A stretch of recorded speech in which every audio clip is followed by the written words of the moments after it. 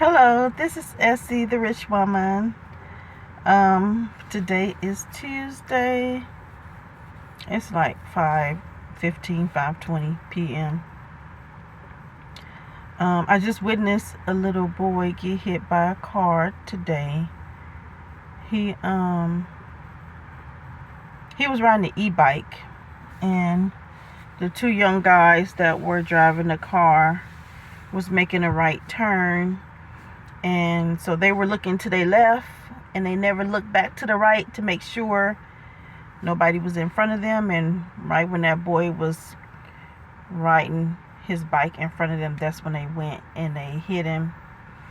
But it was a good thing he was on that e-bike, because I feel like the e-bike took most of the hit. It got wedged underneath the car. The boy fell on the ground and he started crying, and he scooted over to the sidewalk, and he was crying and holding his leg. And the two young guys, they got out the car and moved the bike, but everybody saw it, and some people was recording, and I know somebody got the license plate, and I think my dash cam picked it up too. But it was sad, but they gave him some money and they helped him up, and he said he was okay. He stopped crying. But I just feel like I almost hit a child yesterday at a park.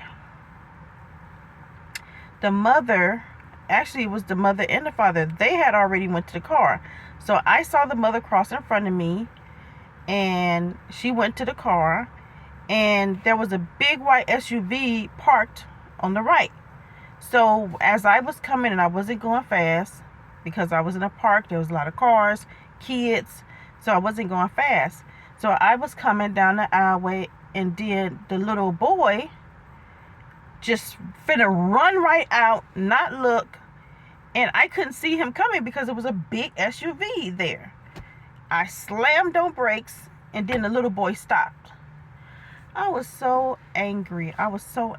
Because where I'm at, the people do not look both ways before they cross the street. And I have almost hit a lot of people, because where I grew up at, the parents teach their kids to look both ways before you cross the street. But here, they don't teach their kids to look both ways before they cross the street, obviously. Because the parents, the adults, don't even look both ways before they cross the street. They just cross. So I can tell they have been conditioned that pedestrians have the right of way. So they just walk out. My mama taught me, who cares about a right of way? You still need to look both ways. So it really doesn't matter what the law says. Do you want to get hit by a car? Because even though you have the right of way, you still can get hit by a car with the right of way. So yeah, that might make the driver responsible, but you still done got hit. So you don't know how bad that's going to be. You don't know if you'll be able to use your legs again. You have to be in a wheelchair. Who knows? But I don't care about no right of way, because you can still get hit with the right of way. So you have to look out for yourself. And y'all need to teach y'all kids to look both ways before they cross the street. So I was so angry yesterday. I let my window down, and I asked that lady, I said, "Is this your child?" And she didn't want to answer right away, but she said, "Yeah." And I said, "Well, I almost hit him." And so you know how these parents do not like to take accountability.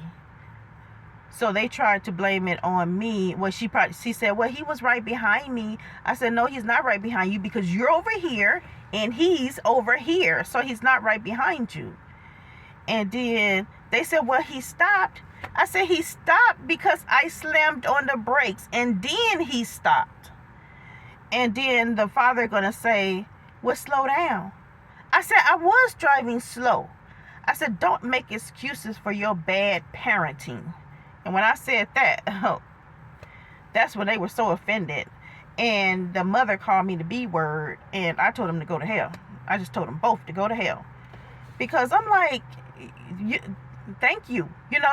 You should be thanking me that I didn't run over your child, because you're not being a good parent, and you should have had your child next to you. Yeah, that's what you should have did. Had your child next to you, not behind you. Several feet behind you, okay? Like when we were kids, my father had us in front of him. He didn't play that behind him stuff. When I was a bus driver, when I was a public bus driver, I saw a kid get hit. And he was on a bike too. And the father was there. It was the father in front. They were all riding their bikes. The father was in front. The little boy, he was about 5 years old. He was in the middle. And then the older son was in the back. And the older son looked like he was about 12 maybe. And the father, I guess they trying to do it like the little ducks do it. You know how the mama duck is in front and then the trail of the kids behind? That's not how you do it. When I used to always wonder, why do my father have us walking in front of him? We don't even know where he's going to turn next. I was like, this is so stupid. But now I'm older and grown, and I see the things that happen. Now I see why my father had us in front of him.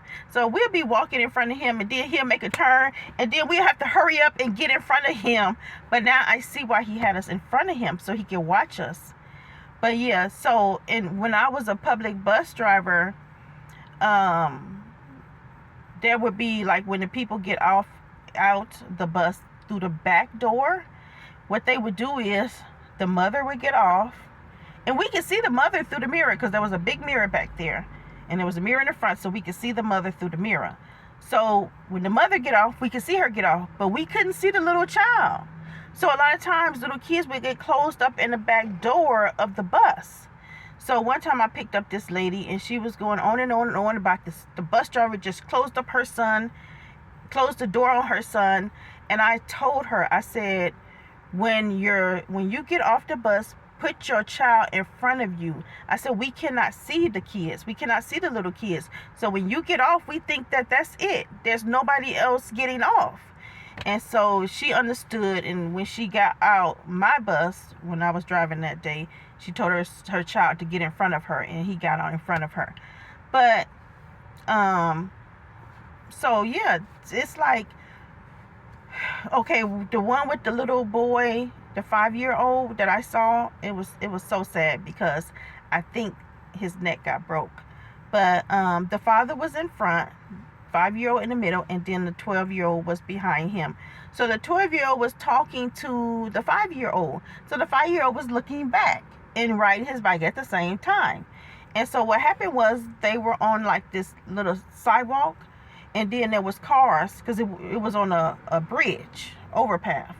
And so when the 5-year-old looked back to talk to his brother, when he veered off the little sidewalk, and he fell, and the car was changing lanes right into that lane where the little boy fell. And his head he had on a helmet, but his head hit that car, and that car was going this way, and looked like the neck just went back real hard, and the boy just fell like a rag doll. So when the father looked back and saw his son on the ground, it was like slow motion, for him. It looked like slow motion, because he kind of like stopped, and then he got out, and he went to his son, and he was trying to wake him up. When he went to pick him up, it was just like a rag doll. And so I was so sad. I'm like, I hope that kid is not dead. I really hope he's not dead. And then I saw the mother coming up later with her bike, walking up with her bike, looking like ahead, like concerned, and I think it was some more people with them with a bike. But yeah, never have your kids behind you. Never. And you can't see what's happening behind you. You can't. So if those kids had been in front of that father when they was riding that bike that day, that father could have told the Maybe it was one in front looking back, but he could have told him, don't look back, keep looking ahead, and that whole thing would have never happened. So now I see why my father had us in front. I think a lot of parents don't take accountability for their kids. What I see today is not good parenting at all. And I don't have to have a child to say that. This is not good parenting, letting your kid cross. And the little boy that got hit today, he looked like he was about 8 or 9. So why is he by himself? Where is he going? By himself. And you ain't taught him how to cross the street. You ain't taught him to make sure you get eye contact with the car before you cross the street. So yeah, it just makes me angry because it's not the kid's fault. It's the parents' fault. And then the parents don't want to take accountability, and they want to blame everything on the motorists. Everything. So,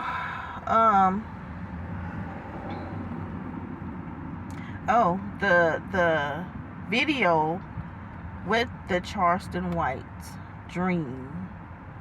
Boy, it just amazes me how ignorant a lot of people are and how slow people are. The comments that people leave, like I had control over what I dreamed about, like I wish that on him because I dreamed about it. That's weird. And it makes me see that a lot of people don't read the Bible. Like they have no clue what is in the Bible. I know it's a lot of stuff on YouTube, like a lot of lies, a lot of misinformation. The Bible came copied off of another book. Like Yahweh is not a copycat. That's Satan. Satan is the copycat, not Yahweh. The Bible got this. It was written after this book. It got information from another book. There's so much lies going around all over the internet. And what I think is the reason why people don't believe the Bible, don't believe God, is because they want to do what the hell they want to do. See, people want to do what they want to do. They don't want to live their life the way the Bible tells you to live your life. You want to do what you want to do. And so that's your excuse for not believing in the Bible and not believing in God. And you think that when the time comes that you're going to lie to Yahweh and be let in through the pearly gates. That's what I think a lot of people think. Oh, I didn't know you existed. But when you break a law and you don't know that law existed, you still get punished. You still have to pay a fine. Being ignorant of the law is not an excuse. Where do you think that came from? So yeah, a lot of people are going to have rude awakenings.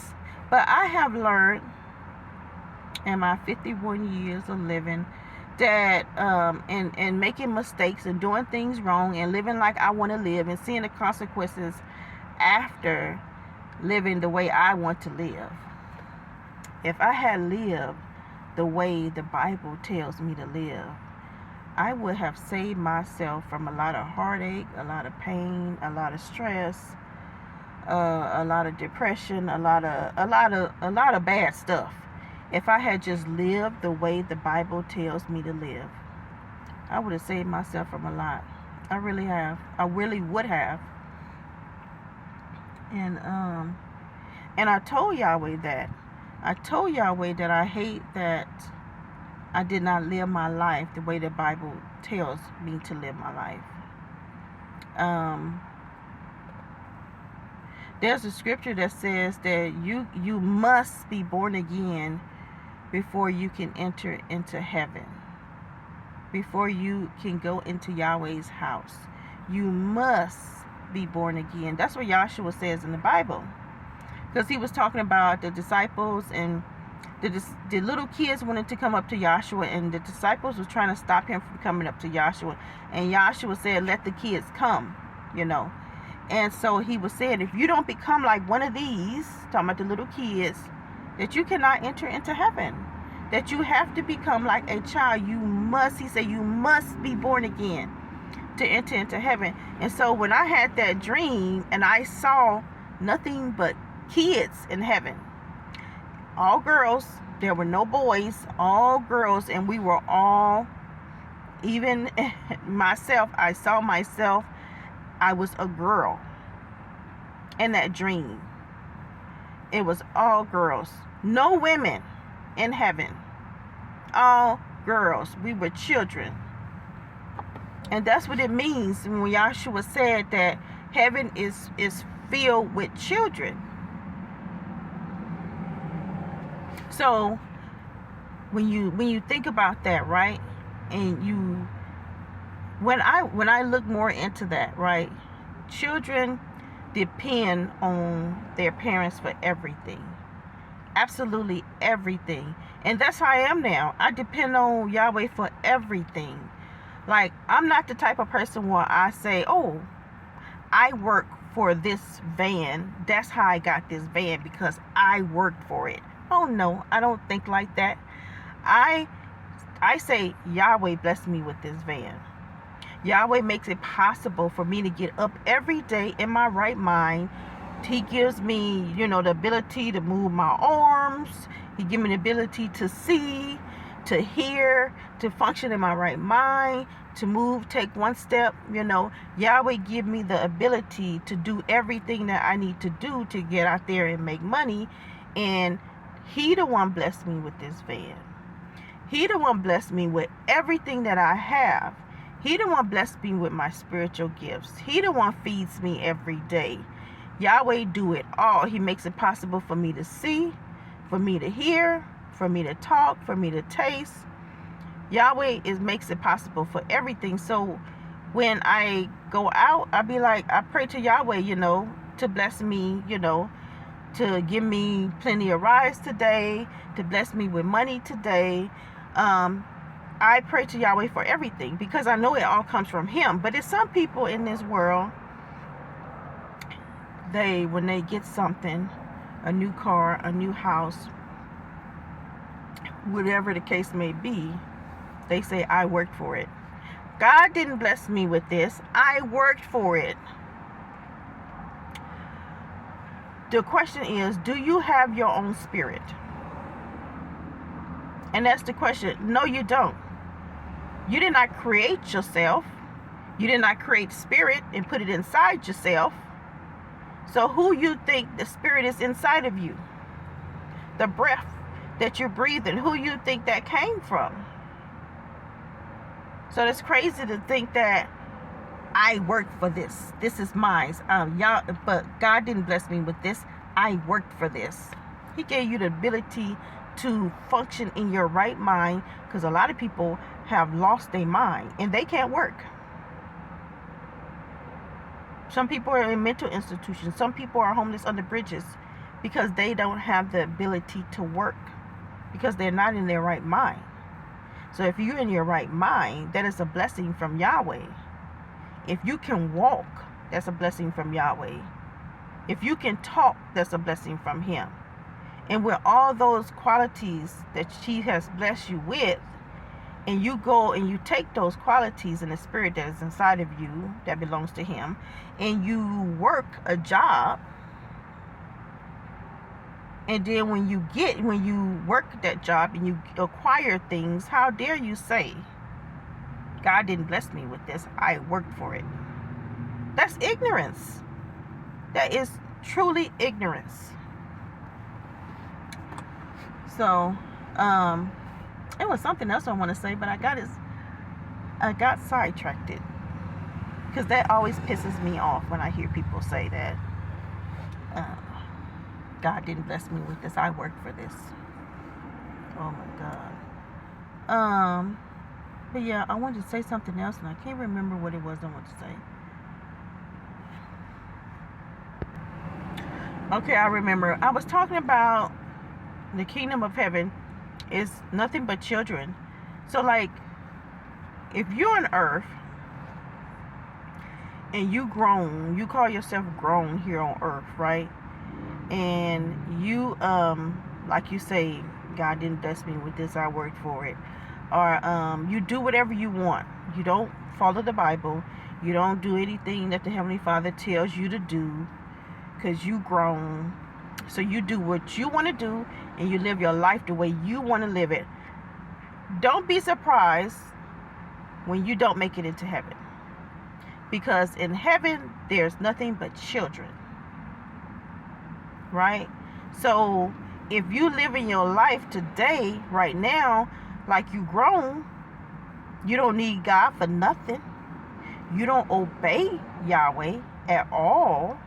You don't read the Bible. You probably don't even know what's in the Bible, so you can't obey him. So you don't obey him. You just live your life doing whatever you want to do because you're grown. The laws of the land says that you're grown. You are not going to make it into heaven because there are children in heaven. And even though I'm 51 years old, to me, I kind of act childlike. I have noticed that about myself, that I act childlike a lot of times.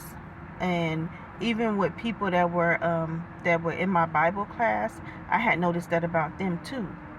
They were older than me, but they act childlike. I even told one of the men in my Bible class, because I saw him on Facebook and he was sitting on top of a bench. I said, "You look like a little kid sitting on that bench." And he said something about I can't remember it, but it was something to the effect where we're children, we're children of Yahweh, but it was something to that effect. But yeah, like adults are not going to make it into heaven.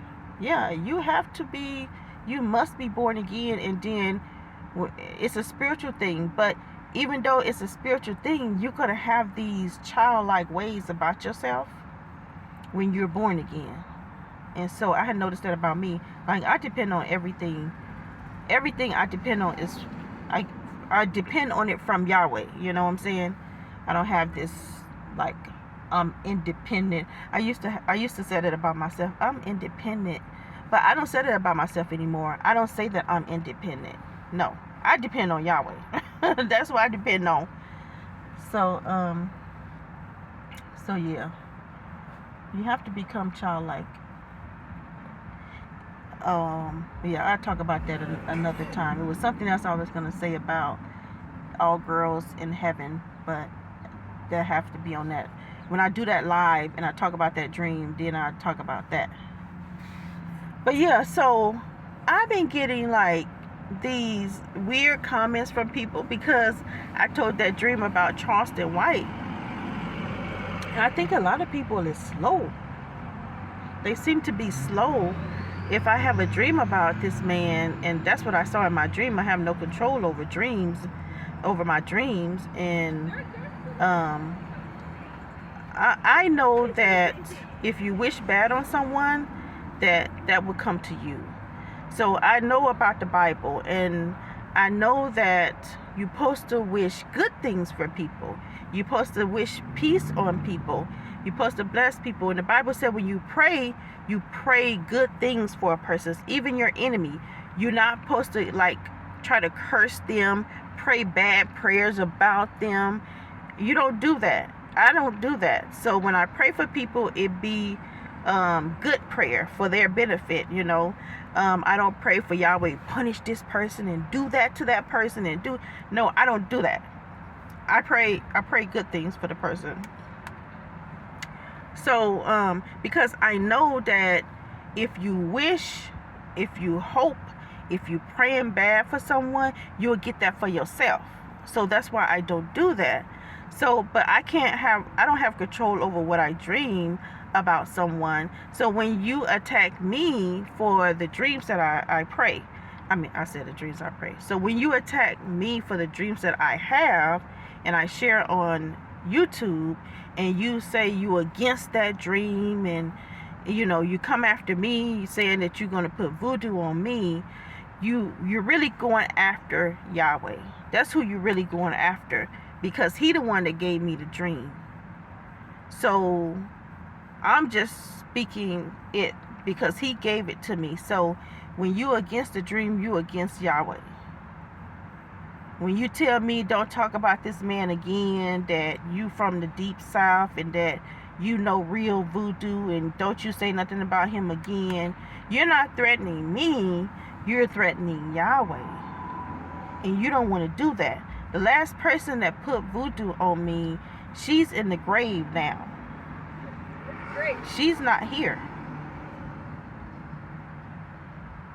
So I know you think your voodoo is all powerful, but it's not. It is not at all. Yahweh Elohim is the source of everything. Everything that exists. He is the source. He is divine power. There's no power that's higher than him. He's the source of the power. He's divine power. Divine strength. So, yeah, I just had to say that. It's some people that are very slow, I think. And then when you don't know what's in the Bible, that's really to your disadvantage. I think that people should pick up the Bible and read it.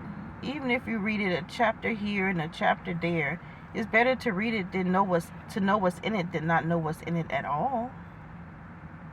Maybe you'll slowly get there. But I've been talking for 26 minutes, so I know my video is about to cut off. So I will talk to you guys another day. I hope you have a good day. I don't know what to name this video. I'll think of something. Alright, bye.